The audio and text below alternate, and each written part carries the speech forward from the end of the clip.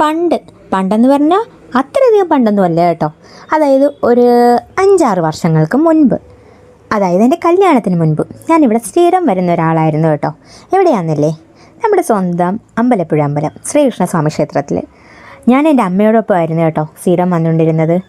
മാസത്തിലൊരു വ്യാഴാഴ്ച ഞങ്ങളിവിടെ വരുമായിരുന്നു. ഞാനും എൻ്റെ അമ്മയും രാവിലെ വന്നിട്ട് തൊഴുത് അതോടൊപ്പം തന്നെ അവിടെ നിന്നും കിട്ടുന്ന കൂപ്പൺ വെച്ച് ഫുഡും കഴിച്ചിട്ട് അന്നദാനത്തിൽ പങ്കെടുക്കും കേട്ടോ. എന്നിട്ട് അതിന് ശേഷം അവിടെ നിന്ന് കിട്ടുന്ന പ്രസിദ്ധമായ പാൽപ്പായസമായിട്ടാണ് ഞങ്ങൾ മടങ്ങാറ്. ഇപ്പം 5 വർഷങ്ങൾക്ക് ശേഷം ഞാനും എൻ്റെ ഹസ്ബൻഡും കൂടിയാണ് വന്നത് കേട്ടോ. 5 വർഷങ്ങൾക്ക് ശേഷം എന്നല്ല, എൻ്റെ മോനെ ഊട്ടിച്ചൊക്കെ ഇവിടെ തന്നെയാണ്. എന്നാലും ഭയങ്കര വലിയൊരു ഗ്യാപ്പിൻ്റെ ഇടയ്ക്കാണ് ഞാനിപ്പോൾ ഇവിടെ തിരികെ വന്നത്. ഒത്തിരി സന്തോഷമുണ്ട് കേട്ടോ. ഞാൻ ഒരുപാട് ആഗ്രഹിച്ചിരുന്ന ഒരു യാത്ര അല്ലെങ്കിൽ ഒരു എത്തിച്ചേരലാണ് കേട്ടോ. ഞാനിവിടെ പകൽ സമയത്ത് ഒത്തിരി വന്നിട്ടുണ്ടെങ്കിലും ഈ രാത്രി സമയത്ത് ഈ തൃപ്പ എന്ന് പറയുന്നത് ഒരു ചടങ്ങ് തൊഴാൻ എന്നെ ഇത്ര ഇൻസ്പയർ ചെയ്തൊരു മുതലാണ് നമ്മുടെ ഇൻസ്റ്റഗ്രാമിൽ സിത്താര വിജയ് എന്ന് പറയുന്നൊരു ഇൻഫ്ലുവൻസർ ഉണ്ട് കേട്ടോ. പുള്ളിക്കാരിയുടെ ഒരു വീഡിയോ, ഒരു കാവൽ വിളി, അത് കണ്ടു കഴിഞ്ഞപ്പോൾ എനിക്കെന്തോ അത് കാണണം എന്തോ മനസ്സിൽ വല്ലാത്തൊരാഗ്രഹം. അതിൻ്റെ പുറത്താണ് ഞങ്ങൾ രാത്രിയിൽ തൃപ്പ തൊഴാൻ വന്നത്. അതുമാത്രമല്ല കേട്ടോ, എൻ്റെ ഒരു കസിൻ സിസ്റ്ററേ, പുള്ളിക്കാരി അങ്ങ് കഞ്ഞിപ്പാടംകാരിയാണ് കേട്ടോ.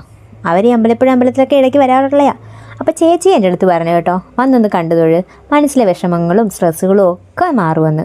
എനിക്കാണെങ്കിൽ പുള്ളിക്കാരനോട് പറയാൻ ഒത്തിരി അനവധി കാര്യങ്ങളുണ്ടായിരുന്നു കേട്ടോ. നമുക്ക് ഒരു മനുഷ്യനോട് പറയാവുന്നതിലും മനുഷ്യനെ ബുദ്ധിമുട്ടിക്കാവുന്നതിലൊക്കെ ഒരു ലിമിറ്റില്ലേ. ഞങ്ങളൊരു 7:30 മണിയോടുകൂടിയാണ് ഇവിടെ വന്നത് കേട്ടോ. അങ്ങനെ നല്ല രീതിക്ക് പ്രാർത്ഥിക്കാനൊക്കെ പറ്റി. നമ്മുടെ ഉള്ളിലുള്ള വിഷമങ്ങളും നമ്മുടെ സ്ട്രെസ്സുകളും ഒക്കെ പറഞ്ഞ് സത്യത്തിൽ എനിക്ക് ഭയങ്കര ഒരു റിലീഫാണ് ഇവിടെ നിന്ന് കിട്ടിയത് കേട്ടോ. മനസ്സിൽ നിന്ന് എന്തോ ഒരു ഭാരം ഇറക്കി വെച്ചിട്ടാണ് ഞാനിവിടെ നിന്ന് യാത്രയാവുന്നത്.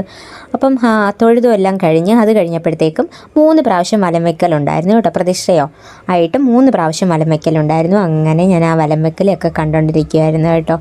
പിന്നെ 3 തവണത്തെ പ്രദക്ഷിണമൊക്കെ കഴിയുമ്പോഴത്തേക്കും ഇവിടെ അത് കഴിയുമ്പോഴത്തേക്കാണ് കാവൽ വിളി.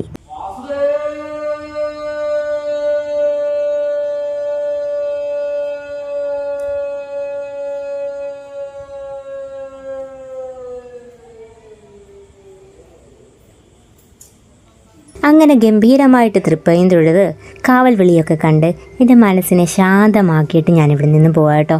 അങ്ങനെ എൻ്റെ ആത്മസാക്ഷാത്കാരത്തിൻ്റെ ഫലമായിട്ടാണെന്ന് തോന്നുന്നു. കണ്ണുകൾ രണ്ടും നന്നായിട്ട് ഈർന്നണിഞ്ഞിട്ടുണ്ടായിരുന്നു.